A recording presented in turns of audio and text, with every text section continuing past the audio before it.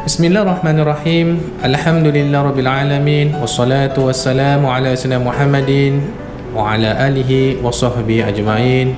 Assalamualaikum warahmatullahi taala wabarakatuh. Pada para penonton yang dirahmati Allah, ya, kita berjumpa sekali lagi. Baik, insya-Allah. Dan insya-Allah pada hari ini saya berkongsi bab mengenai doa dan tawakal, dan dalam keadaan masih genting begini, yang kita dapat lihat saranan oleh MOH dan kesihatan dan panduan MUIS dan langkah-langkah berwaspada.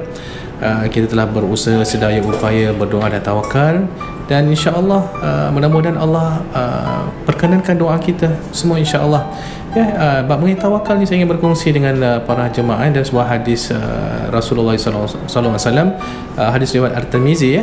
Dalam sebuah riwayat, seorang bertanya kepada Rasulullah SAW, "Wahai Rasulullah, apakah saya ikat unta saya lalu tawakal kepada Allah Azza wa Jalla, ataukah saya lepas saja sambil bertawakal kepadanya?"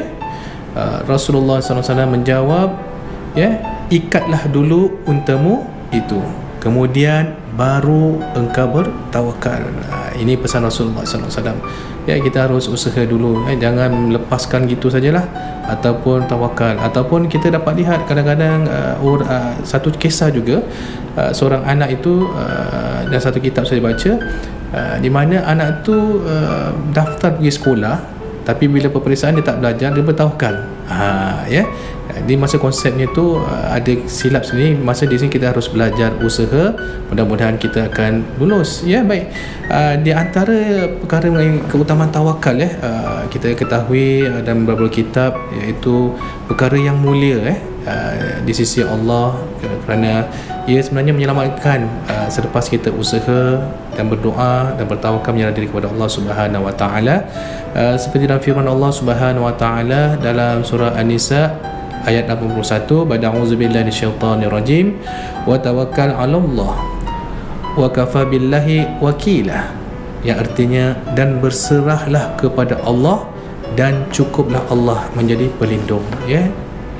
Kita tahu dan kita nak dan Allah melindungi kita dan ahli keluarga kita, tapi itu juga kita harus usaha bahawa untuk menjaga anak-anak kita, keluarga kita dalam keadaan selamat dan jauh daripada penyakit, dan kita berdoa kepada Allah Subhanahu wa taala, seperti dalam surah Ghafir ayat 60, "Ba'da a'udzubillahi minasyaitonir rajim ud'uni astajib lakum."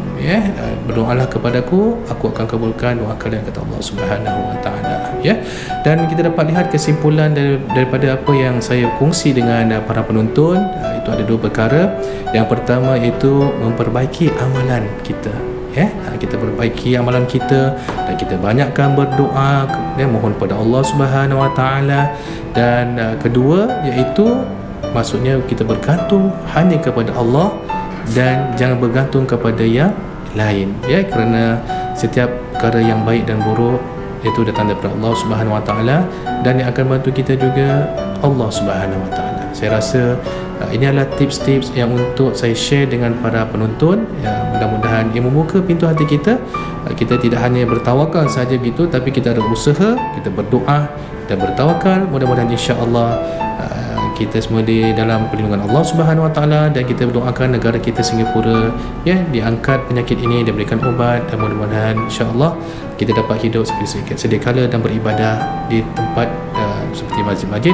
Dan sementara ini kita ketahui hendaklah kita berjaga-jaga, kalau kita masjid bawalah sejadah sendiri, dan kita juga pastikan cek keadaan kesihatan anda, suhu badan, dan insya-Allah kalau semua jalan dalam baik, barulah kita pergi ke masjid. Kalau sekiranya sakit, saya ulangi semula, kita cepat-cepatlah jumpa doktor dan mendapat rawatan. Baik, saya rasa sampai di sini dahulu saya berkongsi dengan para penonton.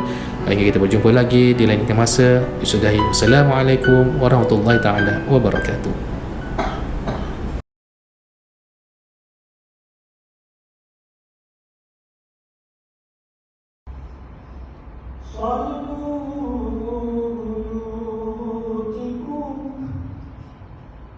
صلوا